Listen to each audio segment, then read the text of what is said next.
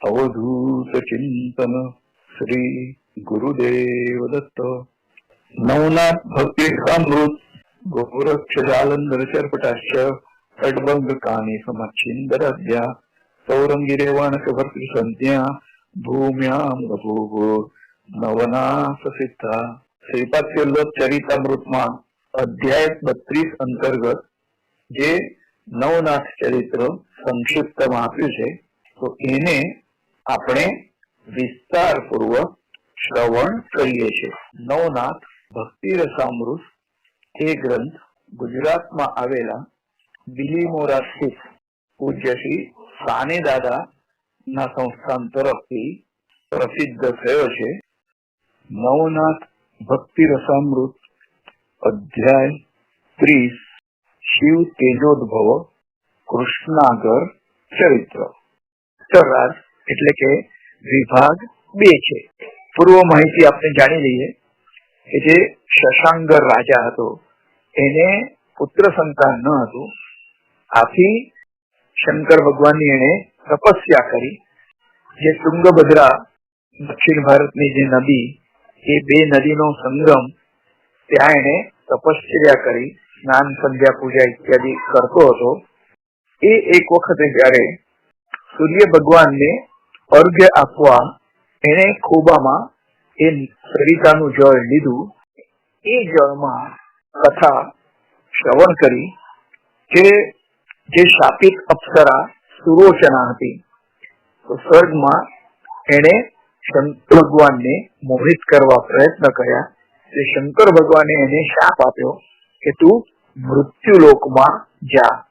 તો મૃત્યુલોકમાં જઈને ફરી પાછો ઉદ્ધાર ક્યારે થશે એમ જયારે એને પૂછવામાં આવ્યું, એ અપ્સરાને શંકર ભગવાને કહ્યું કે તું મારી પૂજા કરીશ અને એ વખતે હું તારી પાછળ કામોત્સાહ થઈને દોડીશ અને જો તને સ્પર્શ કરીશ તો એ જ ક્ષણે તું મૃત્યુલોકમાંથી ફરી પાછી અપ્સરા થઈને સ્વર્ગલોકમાં આવીશ। એ જે શંકર ભગવાનનું જે વીર્યસ્ખલન થયું એ શાપિત અપ્સરાના જયારે દેવજીના મંદિરમાં એ પૂજા કરવા ગઈ, તે વખતે બીજા કોઈ પણ ભક્તો હાજર ન હતા, તો શંકર ભગવાન એની પાછળ કામોન્માદમાં દોડી ગયા અને જેવો સ્પર્શ કર્યો એટલે એ અપ્સરાએ પાછો પુનર અપ્સરાનો દેહ પ્રાપ્ત કર્યો।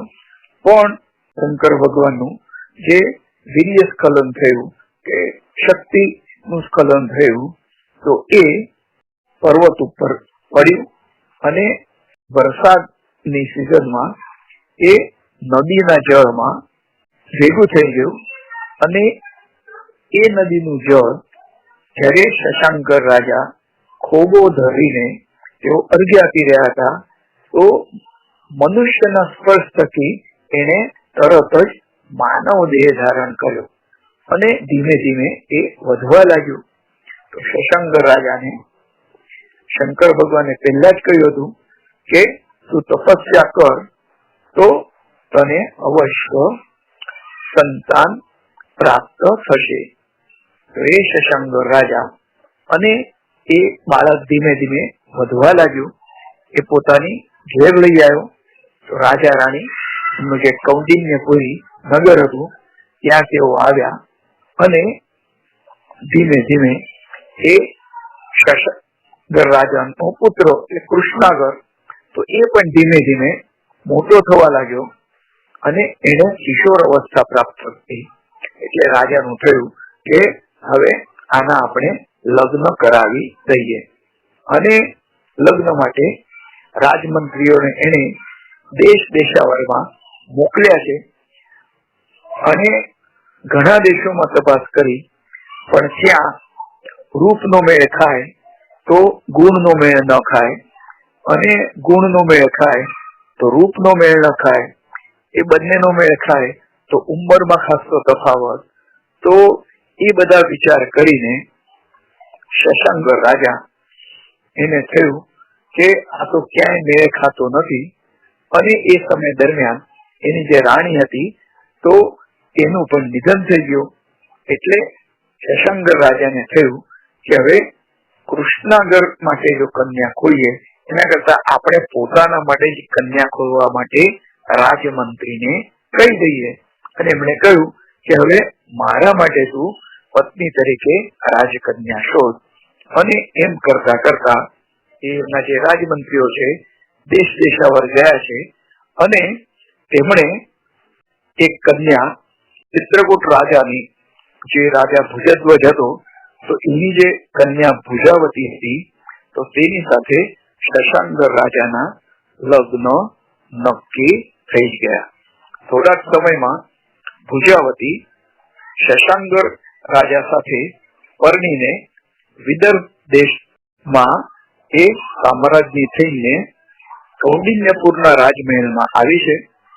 અને શશાંકર રાણીના રૂપ ગુણ અને સંસ્કારોથી અત્યંત મોહિત થઈ શશાંકર રાજા હર હંમેશા રાણી ભુજાવતીના મહેલમાં જ રહેવા લાગ્યો છે. અને ધીરે ધીરે રાજકાજ વગેરેમાં દુર્લક્ષ સેવવા લાગ્યો છે. ફક્ત દાસ દાસી અને પત્ની સિવાય હવે કોઈને પણ તે મળતો ન હતો.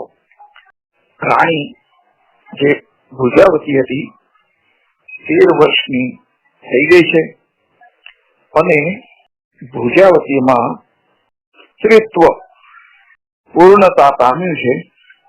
અને ત્યારે ભુજાવતીને ખબર પડી કે શશાંકર રાજાની એક આગળની પત્ની હતી, તો એ પત્ની થકી રાજાને એક કૃષ્ણાગર નામનો પણ એક કુંવર છે, જે સ્વરૂપવાન પણ છે અને હજુ સુધી ભુજાવતીએ એને જોયો ન હતો. તો એક દિવસ રાજા શશાંકર શિકાર ખેલવા માટે જંગલમાં ગયો અને આ બાજુ રાણી ભુજાવતી મહેલમાં એકલી હતી. કૃષ્ણાગરે પણ સાંભળ્યું હતું કે તેના પિતાશ્રી 13 વર્ષની એક અતિ રૂપાળી કન્યાને પરણીને લઈ આવ્યા છે. જોકે તેણે પણ હજી નવી માના દર્શન કર્યા ન હતા. એ નિશ્ચિંત ભાવે હાથમાં પતંગ લઈને રમવા લાગ્યો છે કૃષ્ણાગર. તો આ તરફ રાણી ભુજાવતીએ મહેલના આંગણામાં 17 વર્ષના યુવાન રૂપાળા યુવકને જોયો છે અને રાણી ભુજાવતીએ તેને મહેલના ઝરૂખેથી જોયો અને તે કામાગ્નિથી એકદમ ભાન ભૂલી ગઈ અને પોતાના વિશ્વાસુ દાસીને તેને મોકલીને એ યુવકને મહેલમાં તેડી લાવવા માટે મંગાવ્યો છે. તો નવી માતાએ પોતાને બોલાવ્યો. આથી કૃષ્ણાગર અતિ ખુશ થયો. તેને થયું કે ચાલો, ઘણા દિવસે માએ આપણને યાદ કર્યા છે, એટલે તે રમત છોડીને તરત જ ભુજાવતીના મહેલમાં ગયો છે. તો રાણી ભુજાવતી કામદેવના અવતાર જેવા કૃષ્ણાગરને જોતી જ રહી ગઈ. અને જ્યારે કૃષ્ણાગર માતાના પ્રથમ દર્શનથી પોતે ધન્યતા અનુભવવા લાગ્યો છે. તો આ તરફ દાસી બંનેને એકલા છોડીને શયનખંડના દ્વારેથી બહાર નીકળી ગઈ. તો કૃષ્ણાગરે નવી માને ભાવથી વંદન કર્યા અને રાણી ભુજાવતી કૃષ્ણાગરને જોતા જ રહી ગઈ. તેનો કામાગ્નિ તો ઓર ભભૂકી ઉઠ્યો અને તેને વાત્સલ્યના 2 શબ્દો કે આશીર્વાદના 2 બોલ પણ કહ્યા નહીં. તો કૃષ્ણાગર નવાઈ પામ્યો અને મનોમન ખિન્ન પણ થઈ ગયો. તે કહેવા લાગ્યો કે હું નકામો અહીં આવી ચડ્યો છું. તો એટલામાં કામ વિભોળ ભુજાવતીએ કૃષ્ણાગરનો હાથ પકડી લીધો છે અને કહેવા લાગી કે હે નરશ્રેષ્ઠ, તારું રૂપ જોઈને હું મોહિત થઈ ગઈ છું. કૃપા કરીને મારી કામ વાસનાને તું શાંત કર. તો આવું એકદમ ધર્મ વિરુદ્ધનું વચન સાંભળીને કૃષ્ણાગર તો એકદમ ભડકી ગયો અને તેણે ક્રોધથી ભુજાવતીને કહ્યું કે શોક્યનો પુત્ર હોવાથી હું તમારો પુત્ર જ છું, તો માતા મારી સાથે આવો અધર્મમય વ્યવહાર કેવી રીતે શોભે?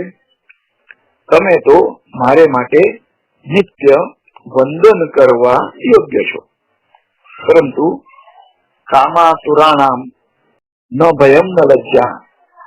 તો જે લોકો કામ વાસનાથી ખરડાયેલા છે તો તેઓને શરમ પણ હોતી નથી અને ભય પણ હોતી નથી.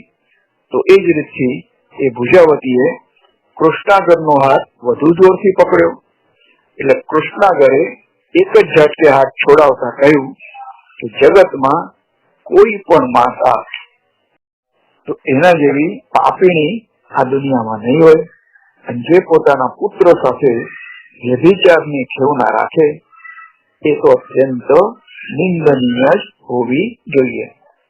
જ્યાં તું શૈલ વિહારી જંગલી પશુ તરીકે અવતરશે.